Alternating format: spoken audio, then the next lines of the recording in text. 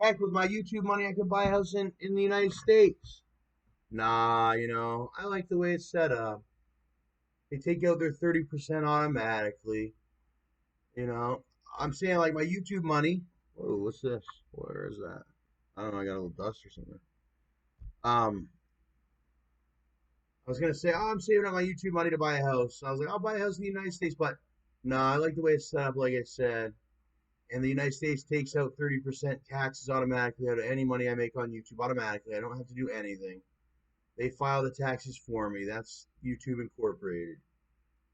So I'm almost like I moved to a place like Utah, like an NBA young boy, a long time ago, back in 2009, 2010.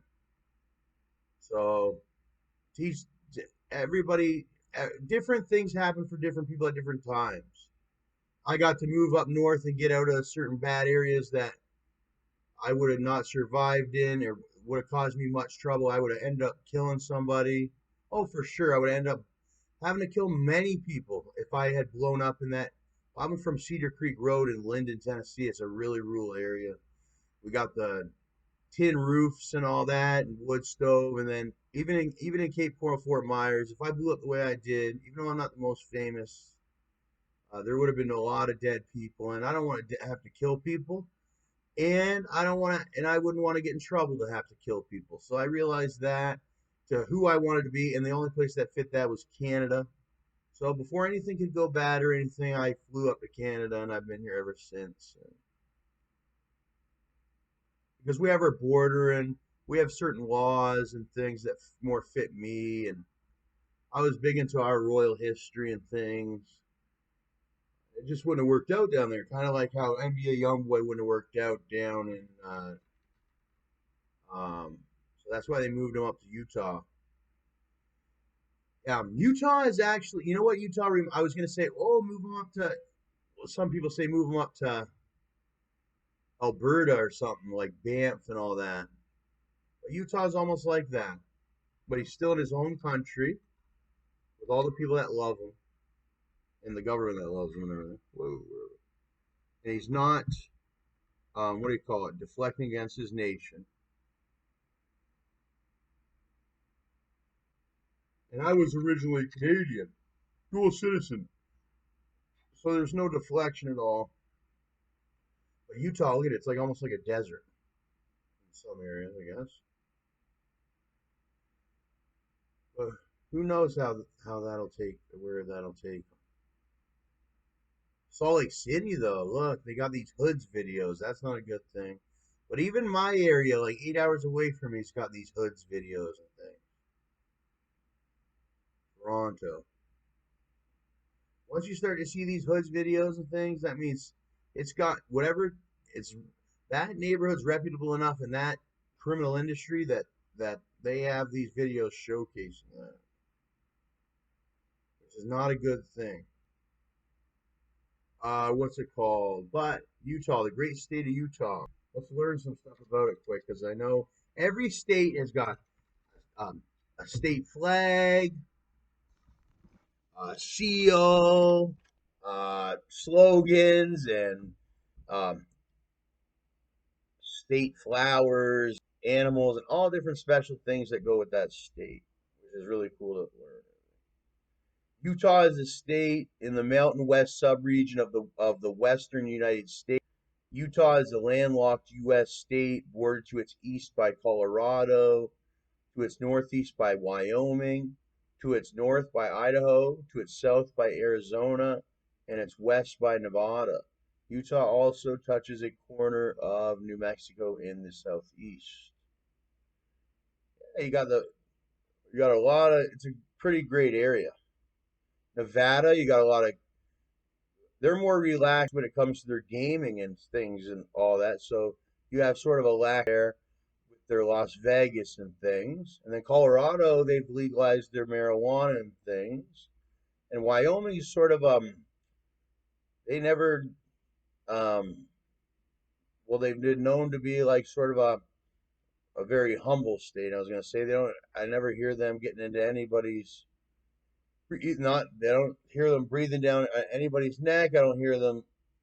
There's not much problems that come out of a Wyoming. Idaho, and Idaho's got a steady flow of potatoes, so you got a great price of potatoes, I bet, over in that area and other produce. So it's probably a pretty good place to score some agriculture at if you live there, because you have some other agricultural states that are surrounding it. Um, but you got some cool scenery. So being an entertainer, that'll be cool to see all the, and you've seen it already. He's been blasting it. Reminds me, he's been hitting us as hard as the original NBA young boy never broke again, which is crazy. I want to see him go out to these cool desert locations and things. Maybe he already has on these rocks and whatever. That'd be a cool one. And I don't think there's many people to mess with young boy. Look, you can go out and see buffalo and things. I've seen the buffalo. Up in Alberta, I've seen the buffalo, which is just north. It's almost like well, it's the mountains and everything. Uh, North, wait, it's a couple states north.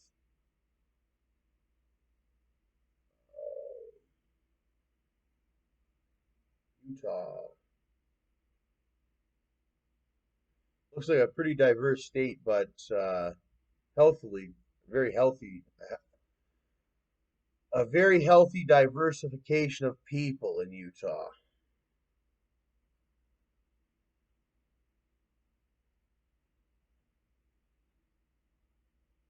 University of Utah. Never had nothing to say about bad to say about Utah. Utah reminds me of horseshoes. Look at this thing. Beehive State.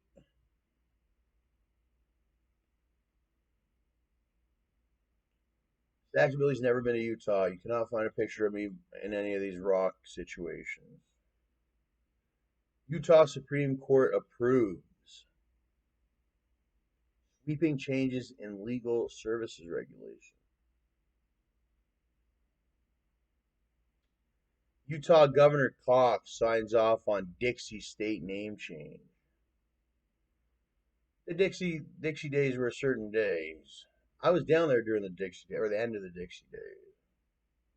Well, sort of the decline of the Dixie days, getting to be where it was like, like the landing of the Dixie days. I remember the Dixie Chicks, hearing about them. And Chicks is what they're called now, eh? I didn't know that. You went from Dixie Chicks to the Chicks? I did not know that.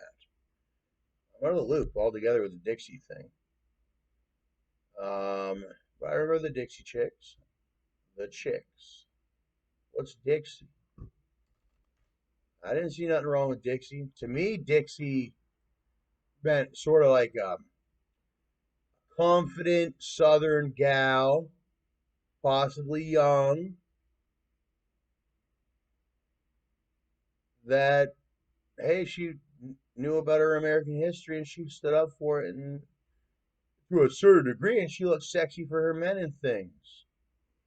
And whatever, and motivated them and did her job and whatever. But look at this, Dixie D'Amelio or whatever. She's famous or whatever, and she's got the name Dixie. Dixieland.